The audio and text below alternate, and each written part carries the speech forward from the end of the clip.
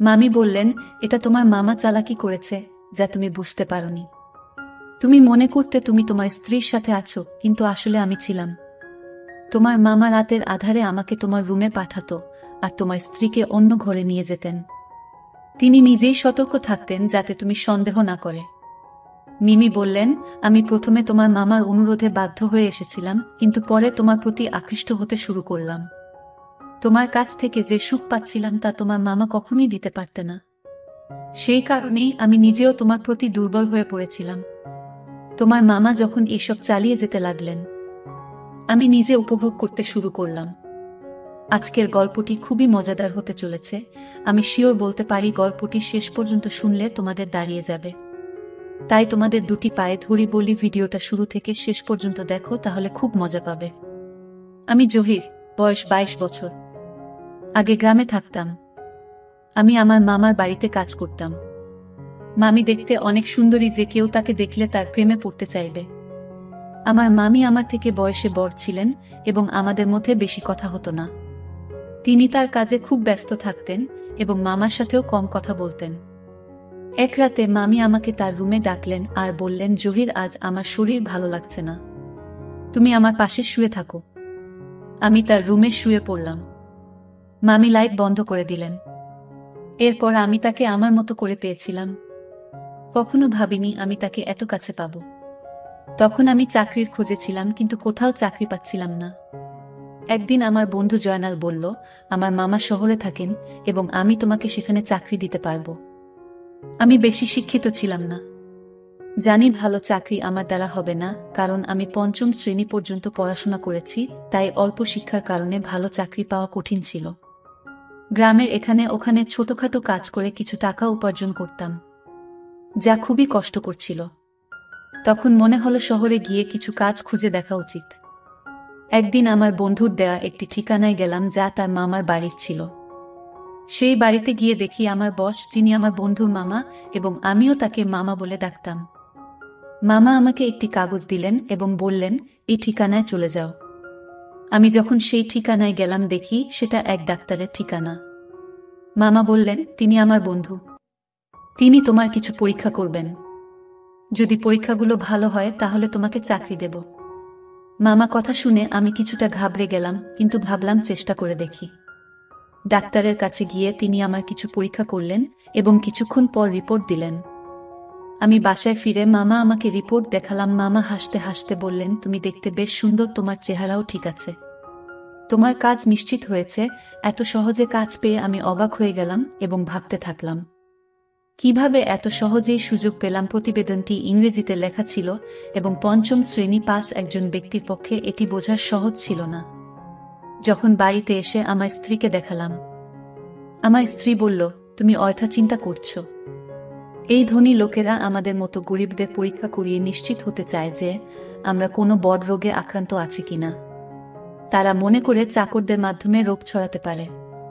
তার কথা শুনে আমার মন অনেকটা হালকা হলো। আমি যে চাকরিটা চেয়েছিলাম সেটা পেয়েছি। সকালে কাজে যাওয়া শুরু করলাম, কিন্তু আমার চোখ প্রায় মামির দিকে আটকে যেত। তিনি ছিলেন অত্যন্ত সুন্দরী এবং মার্জিত মহিলা। তাকে প্রথম দেখার পর থেকেই আমি ভাবতাম, আমার স্ত্রী যদি এত সুন্দর হতো। আমি আমার মামার একজন সাধারণ চাকর ছিলাম।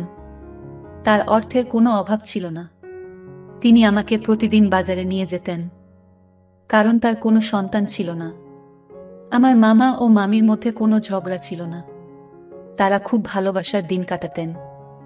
আমি মামিকে মনে মনে ভালোবাসতে শুরু করলাম। তাকে নিয়ে ভাবতে লাগলাম। একদিন বাড়ির পুরনো চাকর এল। সে আমাকে অভিনন্দন জানিয়ে বলল, তুমি পরীক্ষায় পাশ হয়েছ, কিন্তু মনে রেখো এই বস যাকে তুমি মামা বলে ডাকো খুবই কঠোর। এই কথা শুনে আমি ঘাবড়ে গেলাম এবং ভাবতে লাগলাম, যদি আমাকে চাকরি থেকে বের করে দেয় তাহলে আমার কি হবে। সে চলে যাওয়ার পর আমি মামা মামিকে খুশি রাখার জন্য কাজে আরো মনোযোগী হলাম, কারণ এখন আমার চাকরিটা চলে গেলে এখন আর কোনোভাবেই চাকরি পাব না। তাই আমি চাকরিটা মন থেকে করতে লাগলাম। মামা বেশিরভাগ সময় বাড়ির বাইরে থাকতেন। আমার মামি একদিন আমাকে তার রুমে ডেকে বললেন, তুমি খুবই অল্প বয়সী, পরিষ্কার পরিচ্ছন্নতার খেয়াল রাখো। আমি এমন একজন চাকর পছন্দ করি যে তার মনিবের মতো পোশাক পরে।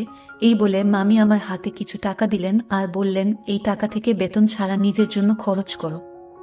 আমি খুশি হয়ে গেলাম এবং এই বিষয়টি আমার স্ত্রীকে বললাম না, কারণ আমি আমার স্বামীকে খুব পছন্দ করতাম।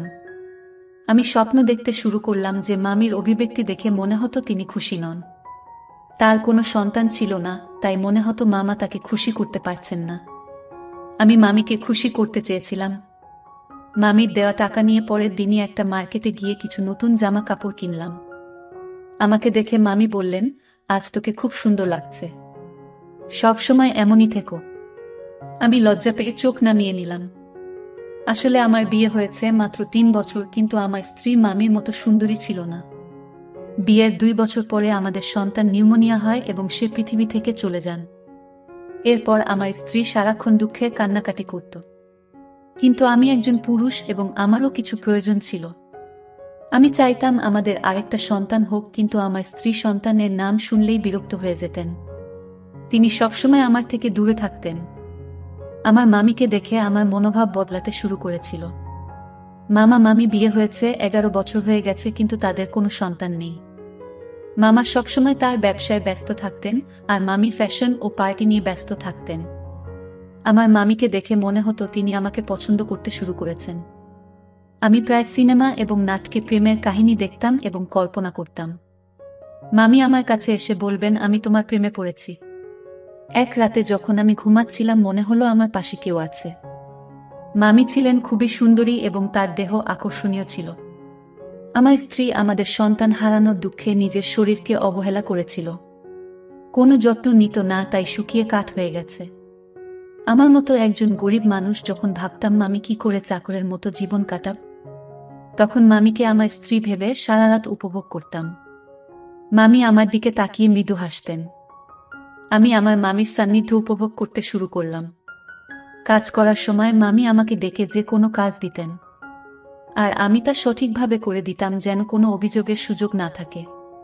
মামি সবসময় আমার প্রশংসা করতেন আর আমি সততার সাথে আমার কাজ চালিয়ে যাচ্ছিলাম। একদিন মামির শরীর খারাপ হলে আমি তাকে হাসপাতালে নিয়ে যাই এবং মামাকে ফোন করে জানাই। এরপর মামা হাসিমুখে আমাদের সবার জন্য মিষ্টি আনলেন।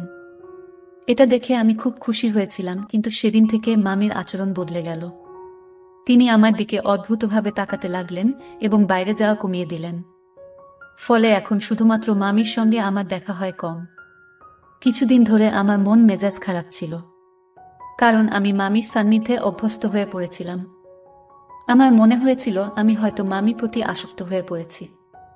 তবে আমার কাজ চালিয়ে যেতে লাগলাম।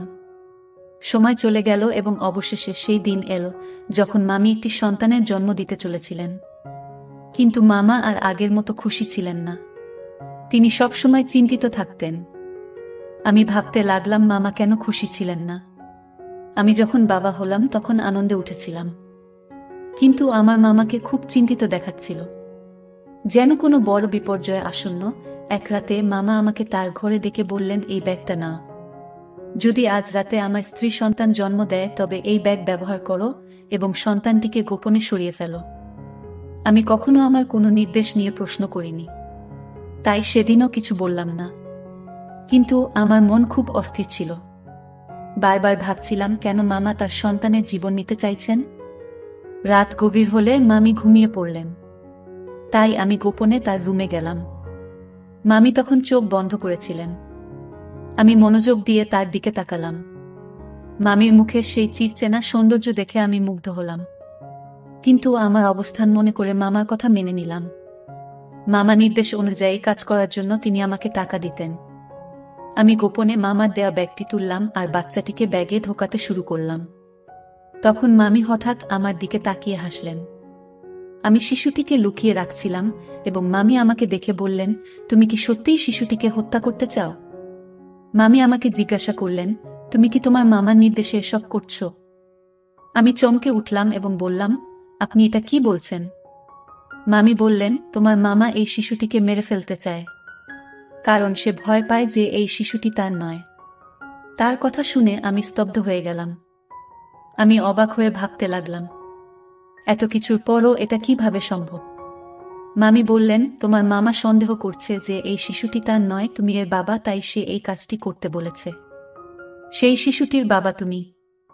এই কথা শুনে তাকে বললাম, তবে আপনি কেন বলছেন আমি এই শিশুটির বাবা? আমি এসব কথা শুনে স্তব্ধ হয়ে গেলাম। আমি বললাম, আপনি কি চান আমি এই শিশুটিকে বাঁচিয়ে রাখি না? মামি হাসলেন এবং বললেন, এই শিশুটিকে জঙ্গলে ফেলে দিও না, কারণ এই শিশুটির বাবা তুমি। আমি আরও বিভ্রান্ত হয়ে গেলাম, কারণ মামি বলেছিলেন যে তিনি কখনো আমাকে স্পর্শ করেননি। তার কথাগুলো শুনে আমার মনে হলো আমি যেন স্বপ্ন দেখছি। আমি সোফায় বসে ভাবতে লাগলাম, এত সুন্দর একজন মহিলার সাথে যাকে আমি মামি বলে ডাকি এমন কিছু ঘটেছে কি? আমি মামিকে জিজ্ঞেস করলাম, আপনি এত সুন্দরী কিন্তু কেন এমন করলেন? মামি বললেন, আমি খুব সুন্দরী, কিন্তু আমার পরিবার খুব গরিব ছিল, তাই আমি তোমার মামার সাথে দেখা করতে এসেছিলাম। তোমার মামা মতো ধনী হওয়ার ইচ্ছা ছিল, তাই আমি তাকে বিয়ে করি, আর সে আমাকে প্রস্তাব দেওয়ার সাথে সাথে আমি তৎক্ষণাৎ হ্যাঁ বলেছিলাম, কারণ আমি ধনী হতে চেয়েছিলাম। আমার বাবা মা ও তোমার মামার সাথে বিয়ে দিতে রাজি হয়েছিলেন, কিন্তু বিয়ের কিছুদিন পরেই জানতে পারলাম তোমার মামার সন্তান হওয়ার সামর্থ্য নেই। অনেক চিকিৎসা করানোর পরও কোনো ডাক্তার তাকে সুস্থ করতে পারেনি। তিনি মা হতে চেয়েছিলেন এবং এর জন্য তিনি যা করতে প্রস্তুত ছিলেন। তারপর তিনি তার চাকরির মাধ্যমে একটি অদ্ভুত পরিকল্পনা তৈরি করেছিলেন। তাই তিনি সবসময় চাকরদের নিয়োগের আগে পরীক্ষা করাতেন। তোমার মামা তোমার মাধ্যমে তার পরিকল্পনা সফল করতে চেয়েছিলেন। মামি বললেন, এই শিশুটি তোমারই সন্তান এবং তিনি চান না যে এটি প্রকাশ্যে আসুক। তিনি শুধু জানতে চেয়েছিলেন তিনি বাবা হতে সক্ষম কিনা। তাই আমাকে চাকরের সাথে ঘুমাতে বলেছিলেন। মামির এই কথা শুনে আমি আরও হতবাক হয়ে গেলাম এবং কিছু বলতে পারলাম না। তিনি বলতে লাগলেন, তোমার মামা আমার জন্য অনেক চাকর নিযুক্ত করেছিলেন, কিন্তু আমি যাকে ভালোবাসার যোগ্য মনে করতাম তাকে গ্রহণ করতাম। আমরা অনেক চাকর বদল করেছি, কিন্তু তোমাকে প্রথম উপযুক্ত মনে হয়েছিল। প্রথম দেখাতেই তোমার প্রতি আমার আকর্ষণ জন্মায়। আমি অবাক হয়ে বললাম, আপনি কখন আমার কাছে এসেছিলেন? মামি হাসলেন এবং বললেন, তোমার মামা এমন পরিকল্পনা করেছেন যে তুমি বুঝতে পারোনি। তুমি মনে করতে তুমি তোমার স্ত্রীর সাথে আছো, কিন্তু আসলে আমি ছিলাম। তোমার মামা রাতের আধারে আমাকে তোমার রুমে পাঠাতেন এবং তোমার স্ত্রীকে অন্য ঘরে অজ্ঞান করে রেখে দিতেন। তিনি নিজেই পাহারা দিতেন যাতে কেউ সন্দেহ না করে। আমি বললেন, আমি প্রথমে বাধ্য হয়ে এসেছিলাম, কিন্তু পরে তোমার প্রতি আকৃষ্ট হতে শুরু করলাম। তোমার কাছ থেকে যে সুখ পাচ্ছিলাম তা তোমার মামা কখনোই দিতে পারতেন না। সেই কারণেই আমি নিজেও তোমার প্রতি দুর্বল হয়ে পড়েছিলাম। তোমার মামা যখন এই পরিকল্পনা চালিয়ে যেতে লাগলেন, আমি নিজে উপভোগ করতে শুরু করলাম। তিনি আমাকে তোমার কাছে বারবার পাঠাতে থাকলেন। তিনি আরও বললেন, আমি গর্ভবতী হলাম এবং তোমার মামা আমাকে ভোরের অন্ধকারে ঘরে ফিরিয়ে আনতেন, যাতে কেউ কিছু বুঝতে না পারে। এভাবে তোমার মামা তার সন্তান হওয়ার আশা পূর্ণ করতে চেয়েছিলেন এবং আমি নিজেও অজান্তে সেই পরিকল্পনার অংশ হয়ে পড়েছিলাম। কিছুদিন পর সে তার পরিকল্পনায় সফল হয়েছিল। ডাক্তার আমাকে জানিয়েছিলেন যে আমি মা হতে চলেছি, যা তাকে অত্যন্ত খুশি করেছিল। আমি বিস্মিত হলাম যখন শুনলাম সে ডাক্তারের কাছে মিথ্যা বলেছে। কেউ কিভাবে তার বউকে এমনভাবে ব্যবহার করতে পারে? তারা দুজনেই আমাকে টাকা দিয়ে তাদের খেলনা বানিয়ে ফেলেছিল, যা আমার মোটেই ভালো লাগেনি। তখন আমার মামি তার কথাবার্তায় ব্যস্ত ছিলেন। আমি তখন বুঝতে পারিনি যে আমি কি ভাবছিলাম। তবে মামি আমাকে বলেছিলেন, তোমার মামার পরিকল্পনা ব্যর্থ হয়েছে যখন তার একটি ছেলে হয়েছিল, কিন্তু তিনি একজন উত্তরাধিকারী চেয়েছিলেন। সে তার বন্ধুকে নিয়ে অন্য দেশে পালিয়ে যায় আর আমাকে বলে, এখন আমার কোনো সম্পত্তি নেই, আমার সব ব্যবসা শেষ, সেই শিশুটিকে আসে যায় না। আমি বলেছিলাম, আমি তোমার বুদাসী নয়, যাতে তোমার ইচ্ছে মতো চলি। আগে তুমি আমাকে একটা চাকরের সাথে ঘুমাতে বাধ্য করেছিলেন, যাতে সবাই জানতে না পারে তুমি বাবা হতে পারো না। আর এখন বলছো এই সন্তানের দরকার নেই। মনে রেখো, আমি তোমাকে তালাক দেব, কিন্তু শিশুটিকে মারতে দেব না। আমি বিশ্বাস করেছিলাম যে শিশুটিকে সে আর খারাপ বলবে না, সে তার সন্তানকে পুরোটা দেখাবে। কিন্তু আজ যখন সে বলল এই শিশুটিকে হত্যা করার পরিকল্পনা করেছে, তখন নিশ্চিত হলাম যে তার বুকের হৃদয় নেই। পাথরের মতো কঠিন মামির এই কথা শুনে আমি তাকে গিয়ে বললাম, আমি এসব জানতাম না। যদি এটা অন্য কারো বাচ্চা হতো, আমি জঙ্গলে ফেলে দিতাম না। আমি বললাম, এখন এসবের পরোয়া করি না। তুমি তার মা, তুমি নিজেই তার যত্ন নেবে। এ কথা বলে আমি চলে যেতে লাগলাম। তখন আমি আমাকে থামিয়ে বললেন, এটা তোমার সন্তান, তুমি তার পিতা, তাই এর সুরক্ষার দায়িত্ব তোমার সমান। আমি হাসি দিয়ে বললাম, এই সন্তান আমার, তাই তুমিও আমার স্ত্রী হয়েছ। এই কথা শুনে মা আমি মুচকি হেসে বললেন, ধন সম্পদের লোভে আমাকে অন্ধ করে দিয়েছে, তাই এমন একজন খারাপ লোককে বিয়ে করেছি যে তার সম্মান বাঁচানোর জন্য তার স্ত্রীকে চাকরের কাছে পাঠিয়েছে। আর যখন আমি তার সম্মান রক্ষা করেছি, সে আমার সন্তানের প্রাণ নিতে চেয়েছিল এবং বলেছিল যে এই শিশুটির হতভাগ্য।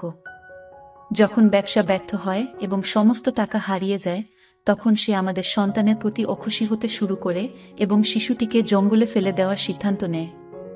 এইসব জানার পরেও আমি এমন লোকের সাথে থাকতে চাই না। আমি মামির দিকে তাকিয়ে জিজ্ঞেস করলাম, এই সন্তানের জন্য আপনি কি একজন চাকরের সাথে থাকবেন? মামি বললেন, তুমি গরিব হতে পারো, কিন্তু তোমার মন অনেক বড়। তাই আমি তোমাকে বিয়ে করতে চাই, যাতে আমাদের সন্তান বেঁচে থাকে এবং ভালো জীবন পেতে পারে। মামি আমাকে জানালেন তিনি মামার থেকে ডিভোর্স পেয়েছেন এবং আমরা একই বাড়িতে সুখে থাকতে শুরু করি। মামি সেই বাড়িটি আগেই তার নামে পেয়েছিলেন। কিছুদিন পর যখন আমার স্ত্রী বিষয়টি জানতে পারেন, তিনি আমাকে ছেড়ে চিরকালের জন্য তার বাবা মায়ের বাড়িতে চলে যেতে চান এবং তালাকের প্রক্রিয়া শুরু করেন। কিন্তু আমি যখন পুরো ঘটনা আমার স্ত্রীকে জানালেন, আমি তাকে অনেক বুঝিয়ে শান্ত করি। অবশেষে আমি আমার দুই স্ত্রীর সাথে সুখে সংসার করতে শুরু করি এবং আমরা সবাই মিলে সুখে থাকি। আজ আমি খুব খুশি, কারণ আমি জানতাম না যে আমার জীবন এত সুন্দর হবে। গল্পটা কেমন লাগলো জানাতে ভুলবেন না। এরকম আরো মজার মজার রোমান্টিক গল্প শুনতে চাইলে ভিডিওটি লাইক, শেয়ার এবং সামিয়া ব্লগ চ্যানেলটি সাবস্ক্রাইব করতে ভুলবেন না।